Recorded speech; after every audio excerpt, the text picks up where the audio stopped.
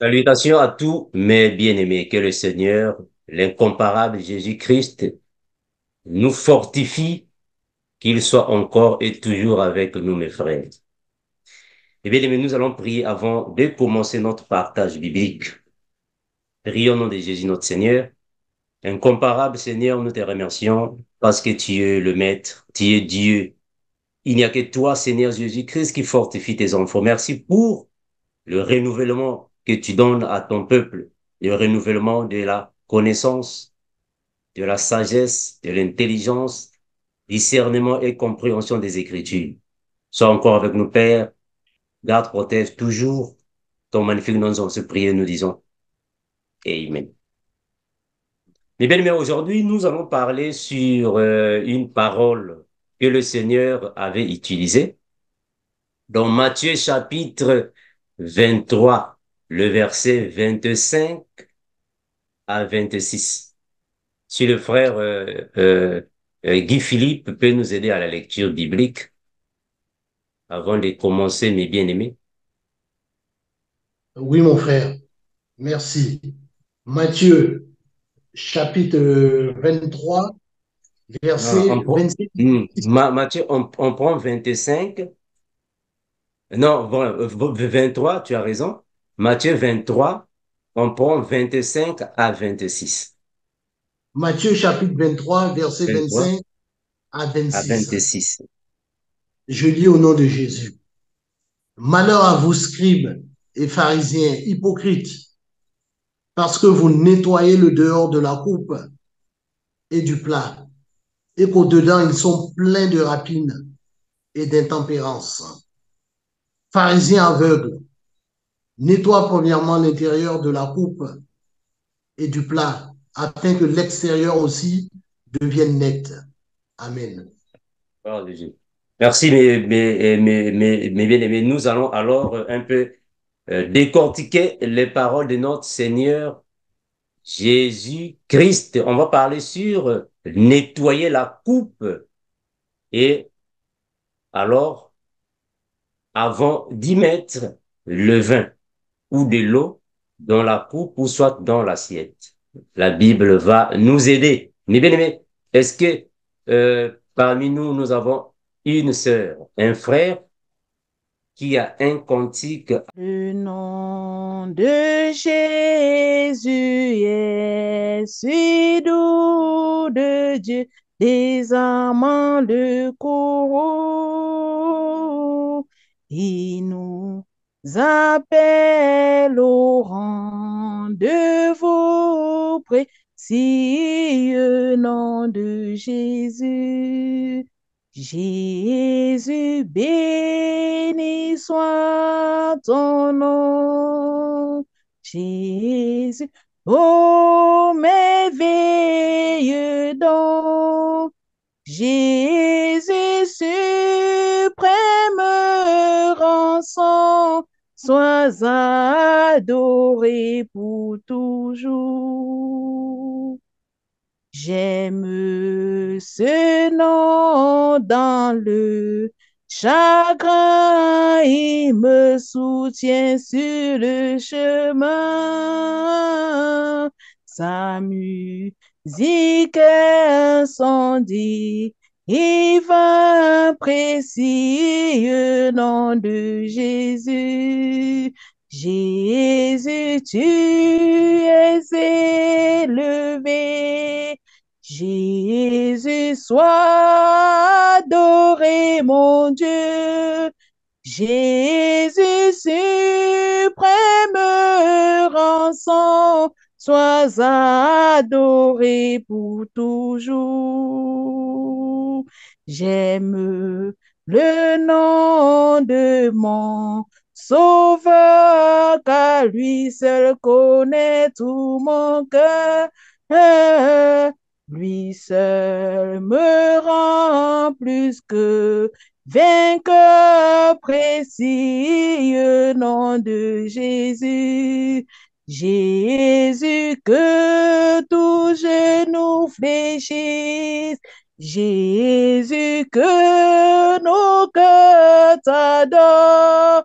Jésus précieux, sois adoré éternellement. Et si parfois j'ai succombé dans le mal, je suis tombé et son nom puissant m'a relevé, précieux nom de Jésus. Jésus, béni soit ton nom. Jésus, oh merveilleux don. Jésus, suprême rançon, sois adoré pour toujours. Amen. Oh, Jésus. Merci, la sœur Élise, la sœur Émilie, que le Seigneur soit loué. J'espère que la sœur Élise aussi a levé la main. La sœur Élise. Amen. Gloire à Ah, Jésus. Jésus. Merveilleux, merveilleux, merveilleux, merveilleux. Ce que Dieu a fait pour nous, nul ne peut le faire. Merveilleux, merveilleux, alléluia, merveilleux, merveilleux. Ce que Dieu a fait pour toi, nul ne peut le faire. Il nous a donné la paix, alléluia. Il nous a donné la joie, alléluia. Ce que Dieu a fait pour nous, nul ne peut le faire. Merveilleux, merveilleux, merveilleux, merveilleux, merveilleux. Ce que Dieu a fait pour moi, nul ne peut le faire. Il m'a délivré, alléluia. Il m'a franchi, alléluia. Ce que Dieu a fait pour moi, nul ne peut le faire. Merveilleux, merveilleux, merveilleux, merveilleux, merveilleux. Ce que Dieu a fait pour nous, nul ne peut le faire. Il nous a brisés, il nous a franchis. Ce que Dieu a fait pour nous, nul ne peut le faire. Merveilleux, merveilleux, merveilleux. Alléluia, merveilleux, merveilleux. Ce que Dieu a fait pour nous, nul ne peut le faire. Il t'a donné la vie, alléluia. Il t'a racheté, alléluia. Ce que Dieu a fait pour toi, nul ne peut le faire. Merveilleux, merveilleux, merveilleux, merveilleux, merveilleux. Ce que Dieu a fait pour toi, nul ne peut le faire. Il t'a délivré, il t'a consolé. Ce que Dieu a fait pour toi, nul ne peut le faire. Merveilleux, merveilleux, merveilleux, merveilleux, merveilleux. Ce que Dieu a fait pour nous, nul ne peut le faire. Il nous a brisés, il nous a relevés. Ce que Dieu a fait pour nous, nul ne peut le faire. Il nous a purifiés, alléluia, il nous a relevés. Alléluia, ce que Dieu a fait pour nous, nul ne peut le faire. Merveilleux, merveilleux, merveilleux, merveilleux, merveilleux. Ce que Dieu a fait pour toi, nul ne peut le faire. Il t'a sanctifié, alléluia, il t'a relevé, alléluia. Ce que Dieu a fait pour toi, nul ne peut le faire. Il nous a délivrés, il nous a affranchis, alléluia. Ce que Dieu a fait pour nous, nul ne peut le faire. Alléluia, soyez Gloire à Jésus. bénis. Gloire à Jésus. Que le Seigneur soit béni. Merci, mes bien-aimés. Merci à tous. Merci, mes frères et sœurs, pour être ici. Que le Seigneur, notre Seigneur, soit encore béni. Que le Seigneur nous assiste encore et toujours. Soyez bénis, mes bien-aimés. Je ne sais pas S'il y avait encore une main levée, la sœur Edwige, est-ce qu'il y a encore une main levée ici? Est-ce qu'il y a encore une main levée? Non. Oui, il y avait Service. Maman Belle. Oui, frère Amandou, il y avait Maman Belvo qui avait la main levée. Non. Bon, j'espère que voilà, la main était... Voilà. Voilà, bébé, mais j'espère que nous pouvons entrer dans le vif de notre sujet. Je ne vois plus de main levée ici. Bébé, mais aujourd'hui, nous allons parler un peu sur les paroles de notre Seigneur Jésus-Christ. On était dans Matthieu chapitre 23, le verset 25 à 26. Si le frère Philippe peut encore refaire la lecture biblique, juste pour nous rappeler, ça nous fera du bien. Matthieu 23, 25 à 26. Matthieu 23, versets 25 à 26.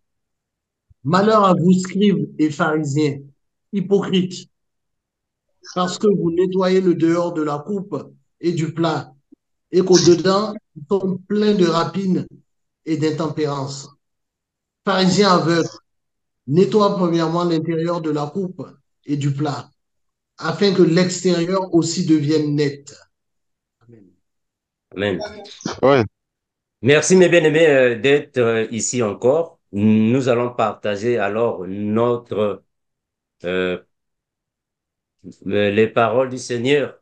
Soyons alors attentifs, mes frères, s'il y a des micros qui sont encore ouverts, veillons les fermer pour ne pas alors perturber l'audition des autres. Je vais lire dans la version que j'ai ici, la version Good News Translation. Malheur à vous, maîtres de la loi et pharisiens hypocrites, vous nettoyez l'extérieur de la coupe et du plat, mais l'intérieur reste rempli du produit de vos vols et de vos mauvais désirs. Pharisiens aveugles, nettoie d'abord l'intérieur de la coupe et alors l'extérieur deviendra également propre. Mais bien aimé, la Bible a un langage, comme nous disons d'habitude. Dans cette série, La nourriture solide, nous expliquons le langage spirituel. Nous expliquons le langage de la Bible. On explique alors le langage de notre Seigneur Jésus-Christ. La Bible a un langage. Quand la Bible parle des coupes, les coupes peuvent alors être signifiées d'une manière à une autre. Ce n'est pas d'une manière générale. C'est-à-dire que dans la Bible, on parle des coupes, mais toutes les coupes dans la Bible ne signifient pas la même chose. Je répète ça. Dans la Bible, on parle des coupes dans plusieurs contextes. Mais toutes les coupes ne signifient pas la même chose. Cela va dépendre du contexte. Mais dans le contexte échéant, la coupe ici signifie une personne. Je répète ça. Dans le contexte échéant, la coupe signifie une personne. Le plat signifie une personne. Donc, quand le Seigneur est en train de dire, il faut premièrement nettoyer la coupe à l'intérieur, c'est-à-dire que il faut d'abord que la personne soit purifiée dans son cœur. Il faut que la personne soit premièrement repentie. Il faut que la personne abandonne premièrement le péché. Il faut que la personne soit renouvelée de l'intelligence, la sagesse, le discernement et la compréhension. Donc ici, c'est le nettoyage spirituel de l'intérieur. Quand ton intérieur est propre, c'est alors que ton extérieur va refléter l'intérieur. En d'autres termes, il faut que tu reçoives la parole intérieurement, comme ça ton extérieur va refléter l'intérieur. Donc ici, laver la coupe signifie tout simplement enseigner la bonne nouvelle afin que les âmes soient sauvées. Donc la coupe ici signifie une personne et le plat signifie aussi une personne. Mais sauf qu'on va comprendre qu'il y a une différence entre une coupe et un plat. Donc ici, on nous présente la différence par rapport à l'état d'âme de chacun. Si vous salissez une coupe et que vous salissez également un plat, les deux récipients assurément n'auront pas la même quantité de saleté. Donc ici, ça représente l'état d'âme des personnes. Donc le Seigneur dit ainsi, malheur à vous, maîtres de la loi, pharisiens hypocrites, vous nettoyez l'extérieur de la coupe et du plat. Vous nettoyez l'extérieur. C'est ce que le Seigneur va dire dans le verset 28. Il dit, vous de même, extérieurement, vous donnez à tout le monde l'impression que vous êtes fidèle à Dieu. Donc, nettoyer l'extérieur veut dire montrer aux autres l'apparence de la piété. Mais à l'intérieur, vous êtes plein d'hypocrisie, plein de méchanceté. Mais devant les gens, vous montrez cette apparence. C'est comme les pharisiens. Vous montrez l'impression que vous êtes fidèle à Dieu, mais intérieurement, vous êtes plein d'hypocrisie et de mal. Donc, une coupe est une personne, un plat ici, une personne. Avant de laver les assiettes, il faut d'abord commencer à l'intérieur. Or, dans ce langage, les assiettes ici symbolisent les personnes. Voilà pourquoi dans la loi de Moïse, on a vu que Moïse était en train de répandre sur les ustensiles du temple le sang, l'eau. Les ustensiles du temple, ce sont des personnes. C'est un langage. Ce sont des personnes. Donc, il faut premièrement purifier l'intérieur afin que l'extérieur soit propre. Et qu'est-ce qu'il va dire dans le même chapitre 23? On va prendre le verset 25 et 28, frère Guy. Quel verset t'as dit, mon frère? Voilà, nous sommes toujours dans Matthieu chapitre 23. On va prendre de 27 à 28. Matthieu chapitre 23, versets 27 et 28. Malheur à vous, scribes et pharisiens hypocrites, parce que vous ressemblez à des sépulcres blanchis qui paraissent beaux au dehors et qui au dedans sont pleins d'ossements de mort et de toute espèce d'impureté. Vous de même, au dehors, vous paraissez juste aux hommes, mais au dedans, vous êtes plein d'hypocrisie et d'iniquité. Donc ici, c'est un langage. Un tombeau blanchi signifie une personne. Mais cette personne a la méchanceté. Cette personne ne marche pas droit vis-à-vis de la parole. C'est un tombeau blanchi. Mais à l'intérieur, il n'y a que ossements qui symbolisent la pourriture.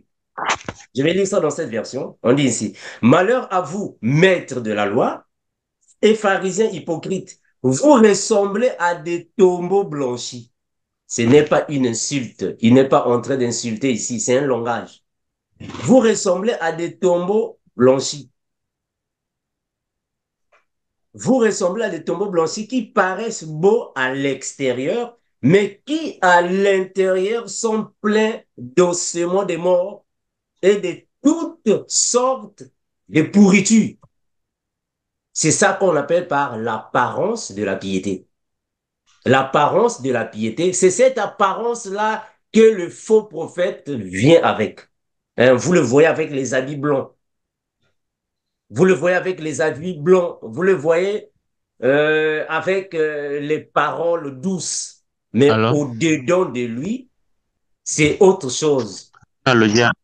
Donc, ceci alors nous symbolise de comprendre les Écritures par rapport à son langage. Donc, c'est un langage, mes bien-aimés.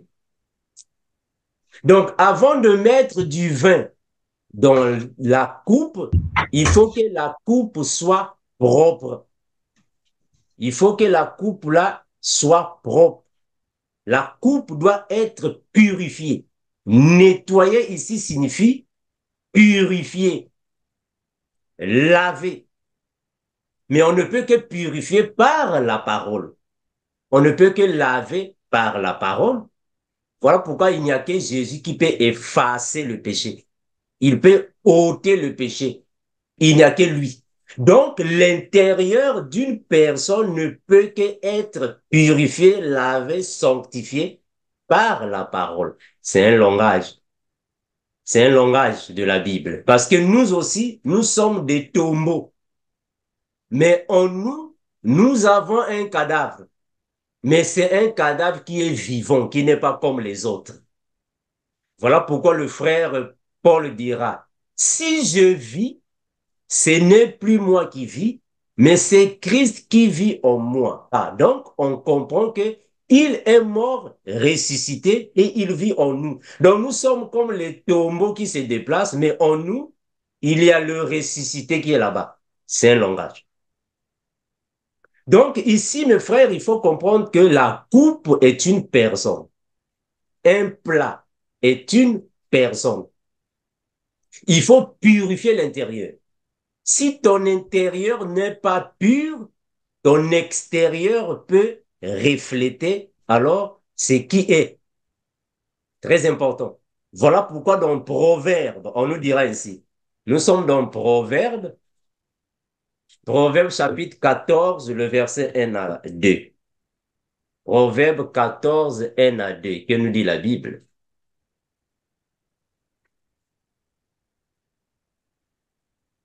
Proverbe Proverbe 14, 14, 1 à 2. versets 1 à 2.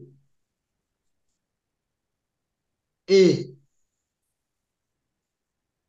la femme sage bâtit sa maison, et la femme insensée la renverse de ses Mhm. propres mains. Celui qui marche dans la droiture craint l'Éternel, mais celui qui prend des voies tortueuses le méprise.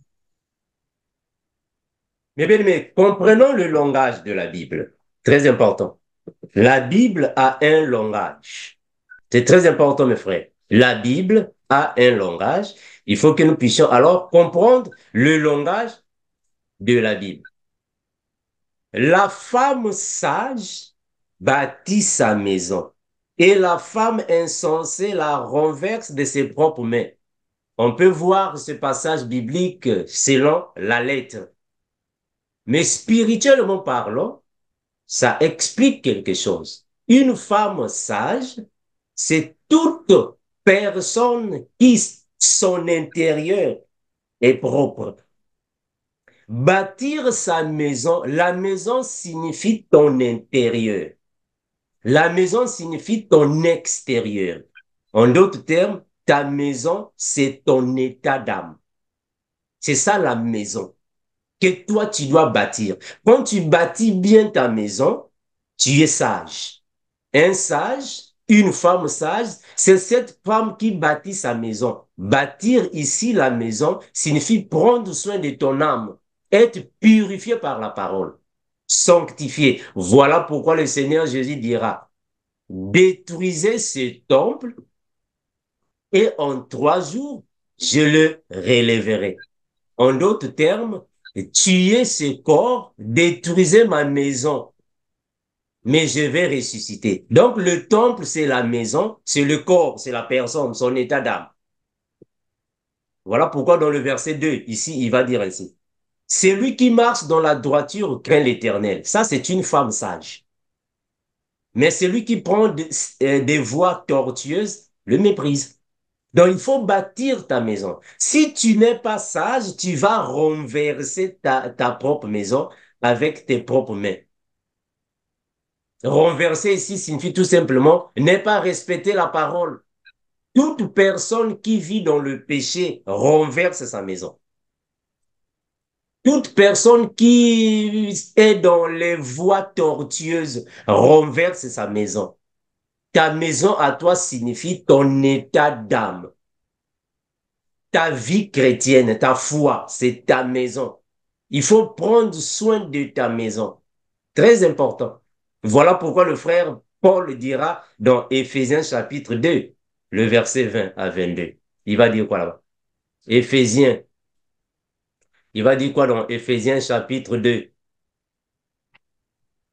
Éphésiens chapitre 2, le verset 20 à 22. Éphésiens chapitre 2, versets 20 à 22.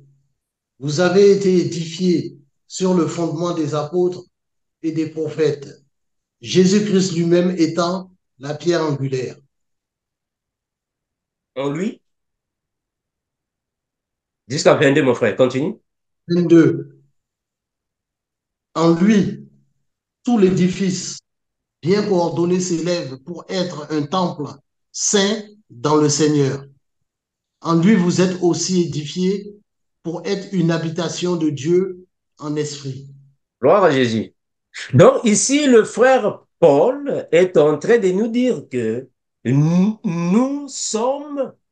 avons été édifiés sur le fondement des apôtres et des prophètes. Or, édifier signifie construit.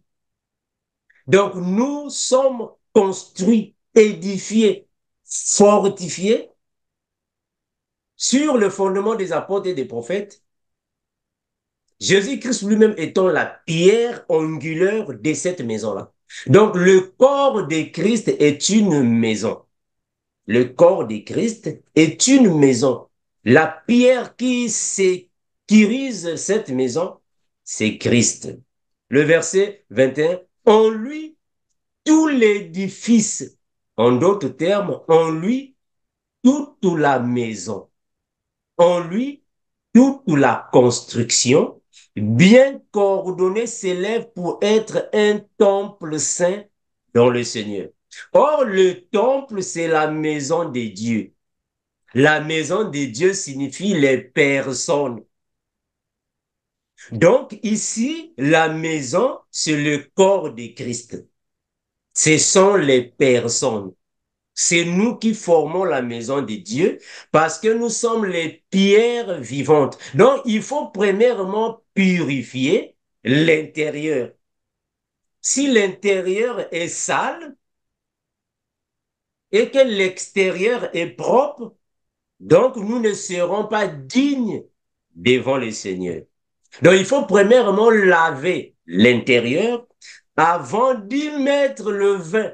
Parce que le vin, c'est le Saint-Esprit. Le vin ne peut jamais être là où il y a les pourritures de ce monde, là où il y a la saleté. Le vin doit être là où il y a la lumière de Dieu. Parce que le vin, c'est le Saint-Esprit. Mais le vin, selon la parole, peut aussi être défini comme la foi que Dieu te donne, afin que le vin soit dans la coupe et que la coupe propre, remplie du vin, c'est la personne propre qui est justifiée, sanctifiée, purifiée par la parole, contient alors le Saint-Esprit. Voilà pourquoi le frère Paul dira dans Colossiens 2.9. Qu'est-ce qu'on dit là-bas? Colossiens 2.9 dit quoi? Frère Philippe, Colossiens 2.9. Oui. Colossiens 2, Mmh. 9. 9. Mmh. En lui habite corporellement toute la plénitude de la divinité. Oh Jésus. Il dit qu'en lui habite corporellement toute la plénitude de la divinité. Ah, donc on comprend que Jésus est une coupe et dans Jésus il y a du vin. Donc Jésus est une maison et dans Jésus il y a l'Esprit du Seigneur. Voilà pourquoi Éphésiens chapitre 2, le verset 22 va dire, en vous, en lui, vous êtes aussi édifiés pour être une habitation de Dieu en esprit. Ah, donc, Dieu habite spirituellement en nous. Mais avant que Dieu ne puisse venir habiter en toi, il faut que ton intérieur soit propre. Si ton intérieur est sale, il ne peut pas venir là-bas habiter, ça n'a pas de sens. Comment est-ce que Dieu va habiter là où il y a la saleté? Il faut que ton intérieur soit propre. Il faut que ton intérieur soit nettoyé. Mais on va nettoyer l'intérieur avec quoi? Est-ce qu'avec le balai? Est-ce que l'intérieur, on va nettoyer ça avec l'eau du robinet? L'intérieur, on va nettoyer ça avec... Non, on nettoie l'intérieur avec la parole. C'est l'eau de la parole qui nettoie l'intérieur. C'est l'eau de la parole qui purifie l'intérieur. Donc, il faut que tu reçoives alors l'eau de la parole afin que ton intérieur soit propre. Maintenant, si tu n'as pas l'eau de la parole, tu ne peux jamais être propre. Voilà pourquoi nous sommes alors une habitation de Dieu. Parce que Dieu habite en nous en esprit. Mais avant que Dieu ne vienne habiter en toi, parce que c'est nous qui sommes les coupes. C'est nous qui sommes les coupes et nous avons été nettoyés par le Seigneur. Le Seigneur a nettoyé les coupes que nous sommes.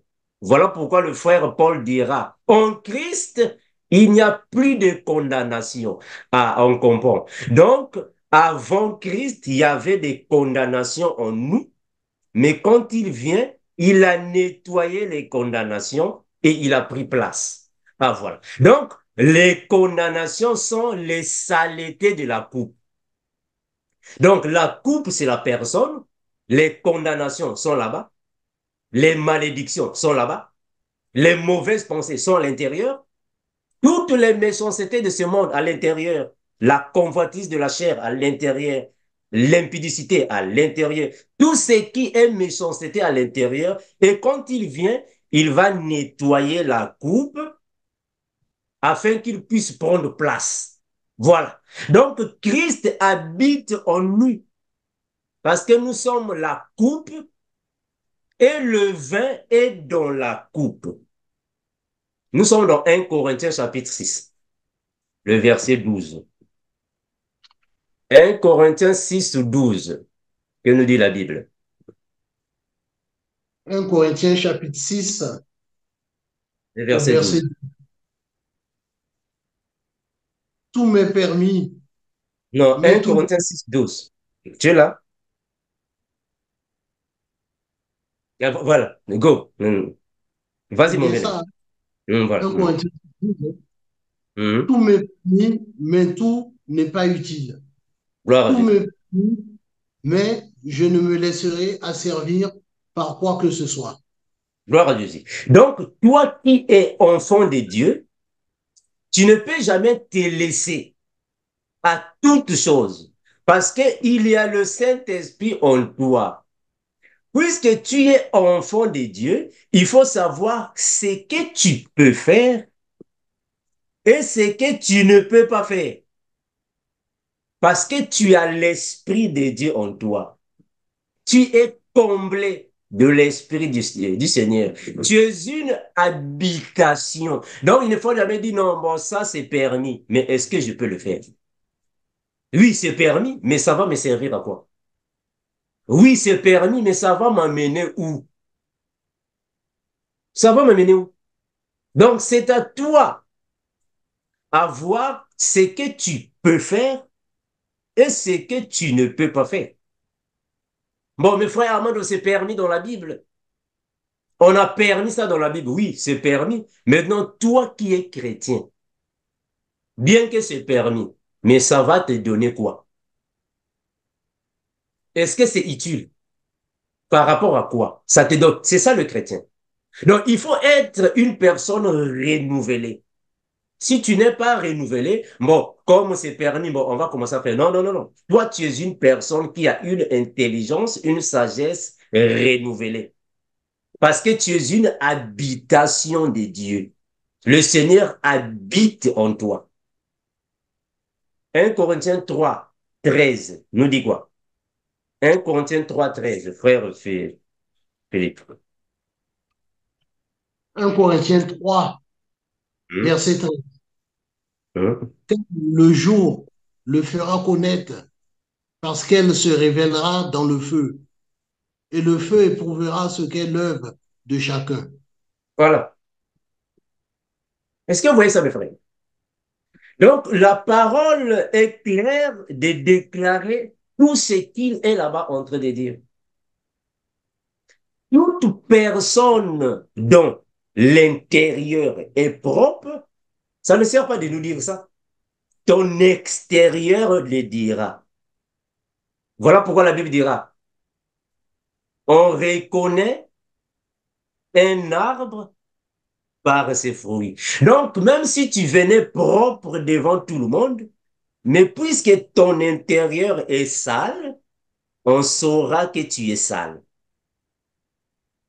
Parce que l'intérieur est sale. Il faut d'abord commencer de nettoyer l'intérieur.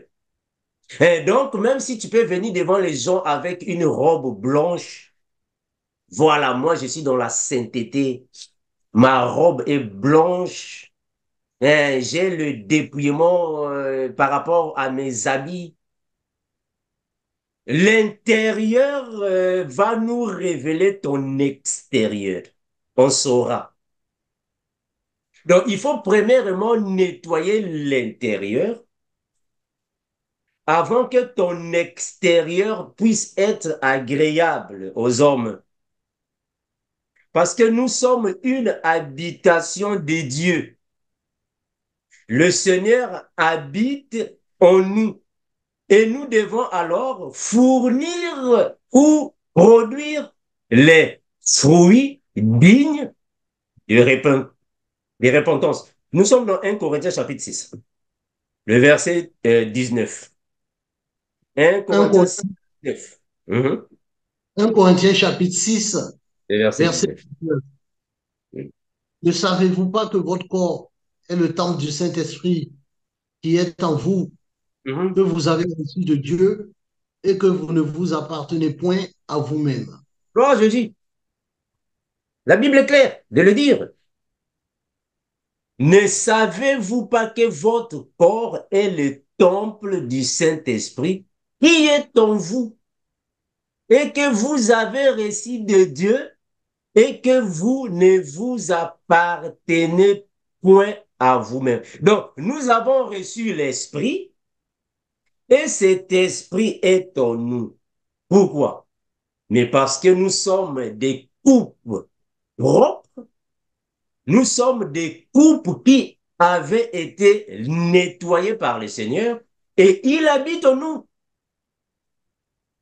Or, Jésus ne peut que venir, Christ ne peut que venir habiter dans une coupe qui est propre. Bon, maintenant, toi, en toi, il y a les ossements. Tu es un tombeau blanchi. Dans ton intérieur, il n'y a que ossements. Comment est-ce que Jésus viendra habiter en toi? Si en toi, il n'y a que ossements là-bas. Non, il ne peut pas venir là-bas. Christ ne peut jamais venir habiter en toi, là où il n'y a que ossements. Il ne peut pas. Il faut que tu sois premièrement une habitation de Dieu. C'est alors qu'il viendra en toi. C'est alors qu'il viendra. Donc, il faut premièrement que ton intérieur soit d'abord propre, ton intérieur soit d'abord nettoyé par la parole. C'est alors que le Seigneur te mettra le vin. Parce que le vin, c'est le Saint-Esprit. Or, on ne peut jamais mettre le vin dans une coupe sale. Non, on met le vin dans une coupe propre. Voilà pourquoi le frère Jacques nous dirait ainsi. Jacques chapitre 1er, le verset 21. Jacques 1, 21. Jacques chapitre 1er au verset 21. Mhm. C'est pourquoi, rejetant toute souillure et tout excès de malice, recevez avec douceur la parole qui a été planté en vous et qui peut sauver vos âmes. Gloire à Jésus. C'est pourquoi rejetons toute souillure. Oh.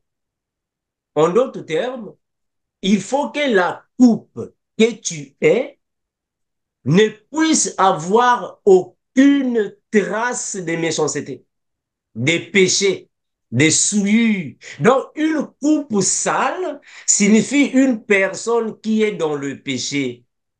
C'est une coupe sale. Un plat sale est une personne qui mène la vie de péché. Or, il faut rejeter toute souillure. En d'autres termes, il faut être nettoyé. Il faut passer par la repentance, être nettoyé par la parole. C'est pourquoi, rejetant toute souillure et tout excès de malice, recevez avec douceur la parole qui a été plantée en vous. Est-ce que vous voyez cette expression? La parole a été plantée en vous. Donc, en d'autres termes, le Saint-Esprit habite en nous. Donc, une coupe nettoyée est une personne que le Seigneur a effacé le péché, a purifié par l'eau de la parole, a lavé par l'eau de la parole et est devenu une nouvelle créature. C'est ça qu'on appelle la régénération. Donc la personne est régénérée. Si quelqu'un est en Christ, il est une nouvelle créature. Parce que tu es une personne nettoyée. On a nettoyé ton cœur, spirituellement parlant. Tu es devenu une personne nouvelle. Et le frère le dira aussi dans Jacques 4, 5. Jacques chapitre 4, le verset 5. Jacques chapitre 4, verset 5. Croyez-vous que le chrétien parle en vain? C'est avec jalousie que Dieu chérit l'esprit qu'il a fait habiter en vous. Ah, Jésus. Dieu chérit l'esprit qu'il a fait habiter en nous. Donc l'esprit de Dieu habite en nous. Mais en nous qui? Ah, ça, c'est la question à se poser. Nous qui? Très important. Ça, c'est la question qu'on doit se poser, mes bien-aimés. Nous qui? Mais est-ce que l'esprit-là habite à tout, en fait, dans tout corps? Non. Le Saint-Esprit n'est pas dans toutes les personnes. Non. Le Saint-Esprit est dans les personnes qui sont lavées par la parole. Le Saint-Esprit ne peut qu'être dans une coupe qui est nettoyée par la parole. Une coupe qui est purifiée par la parole. Bon, maintenant, toi, tu es une coupe sale, tu as des souillures. Tu as des souillures. Tu es un tombeau blanchi à l'extérieur, mais au-dedans de toi, il y a des ossements. Il y a des pourritures. Or, avant de recevoir le Saint-Esprit, en d'autres termes, avant de recevoir le vin, il faut que la place là où ira habiter le vin soit propre. Bon, maintenant, toi, tu vis dans le péché. Maintenant, comment est-ce que tu vas recevoir le Saint-Esprit? Jamais. Tu ne peux jamais recevoir le Saint-Esprit si tu vis dans le péché. Jamais. Donc, il faut d'abord être purifié, être propre. Il faut être nettoyé par la parole. Il faut que le Seigneur ôte toute espèce de méchanceté en toi. C'est alors qu'il viendra prendre la place. Donc, il faut premièrement purifier, nettoyer l'intérieur afin que l'extérieur puisse suivre l'exemple de l'intérieur parce que l'extérieur est influencé par l'intérieur. En d'autres termes, c'est l'esprit qui domine sur la chair. Voilà. C'est Christ qui domine sur Jésus. Voilà pourquoi Jésus a dit, mon Père est plus grand que moi. Mais il a raison. En d'autres termes, l'esprit domine sur moi. Donc, il faut que l'intérieur soit propre afin que l'extérieur reflète les fruits de l'intérieur. Donc, il ne faut jamais avoir l'apparence de la piété, comme les pharisiens.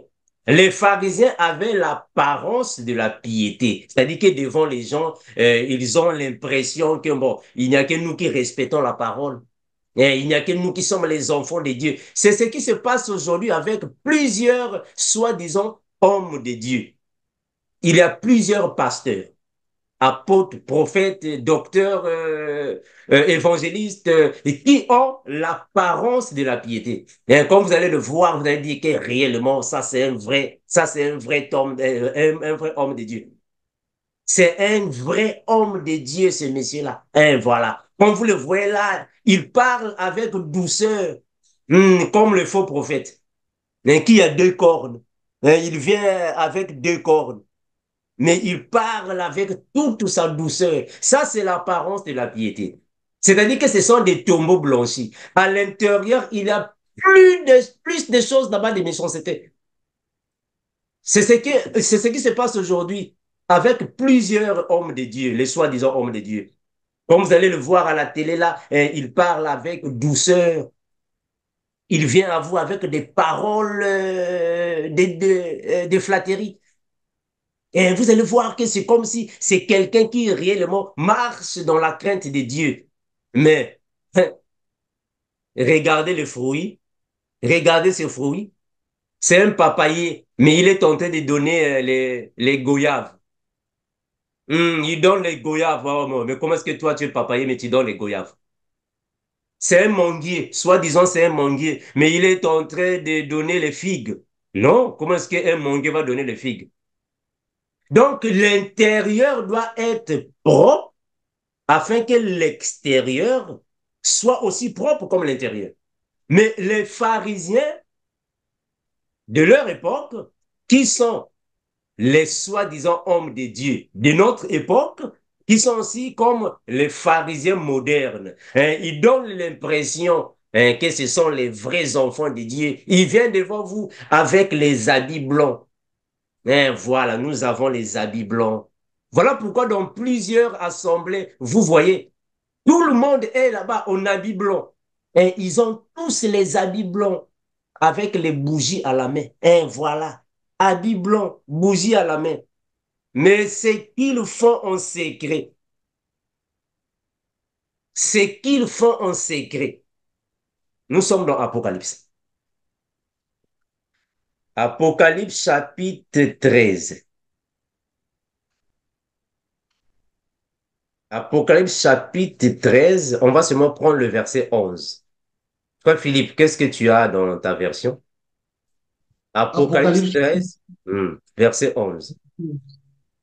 Puis je vis monter de la terre une autre bête qui avait deux cornes semblables à celles d'un agneau et qui parlait comme un dragon.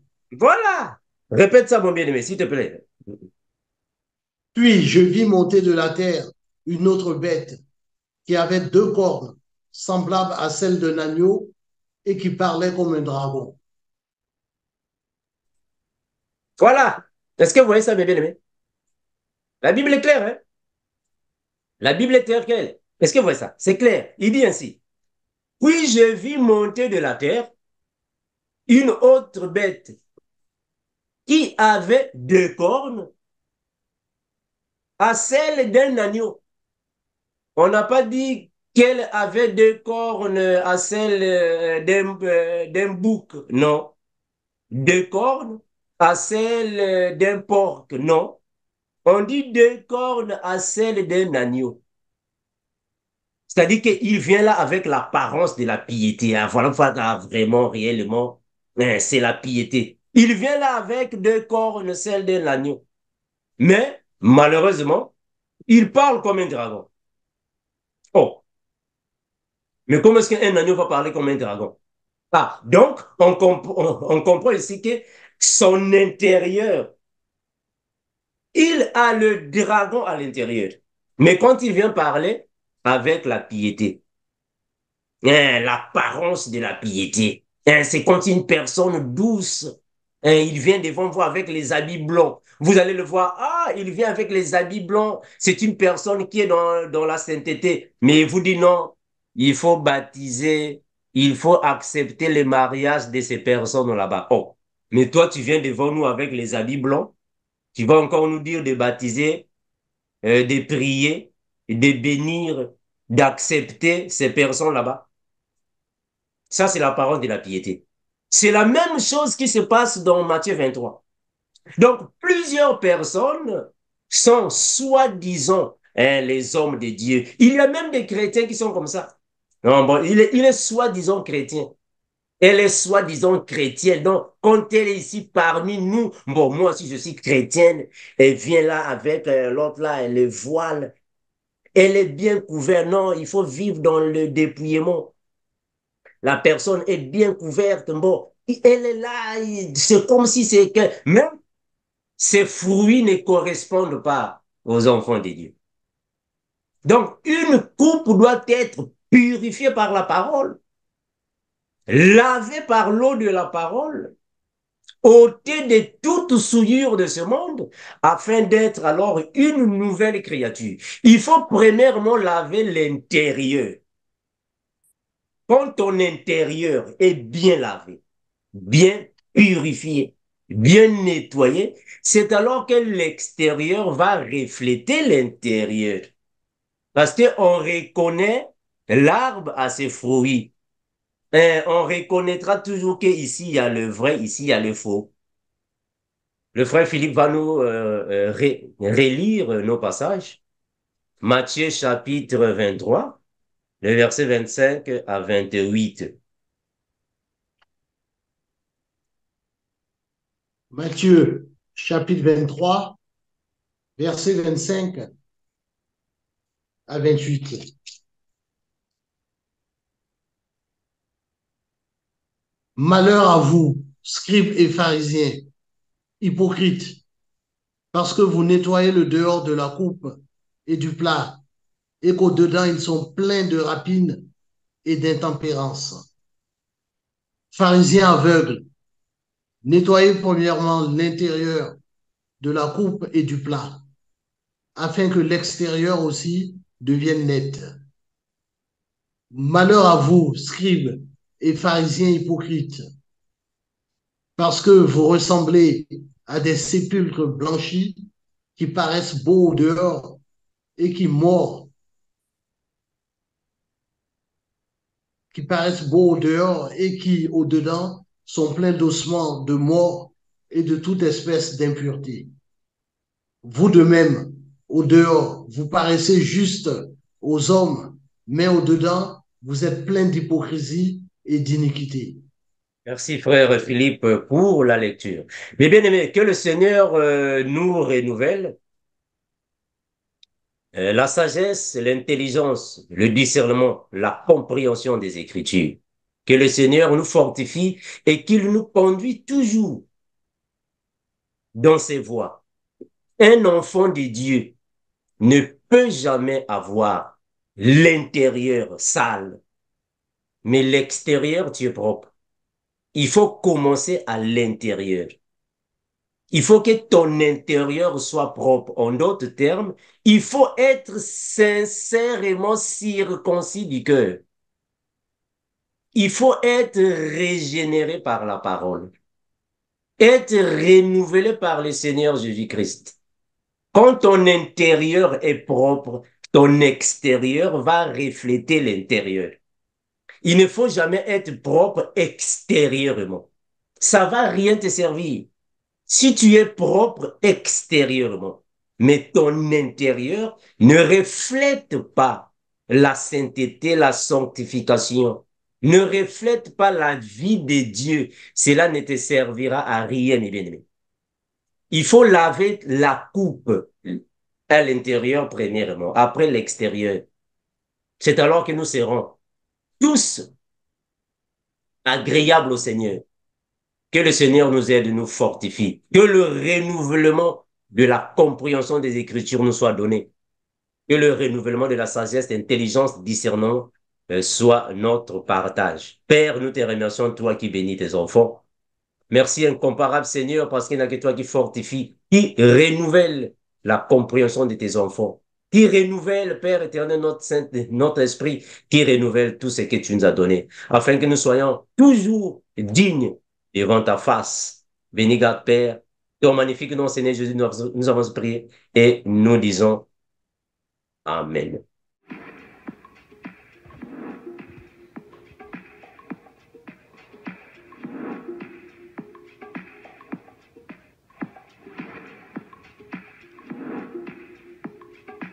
Stay focused.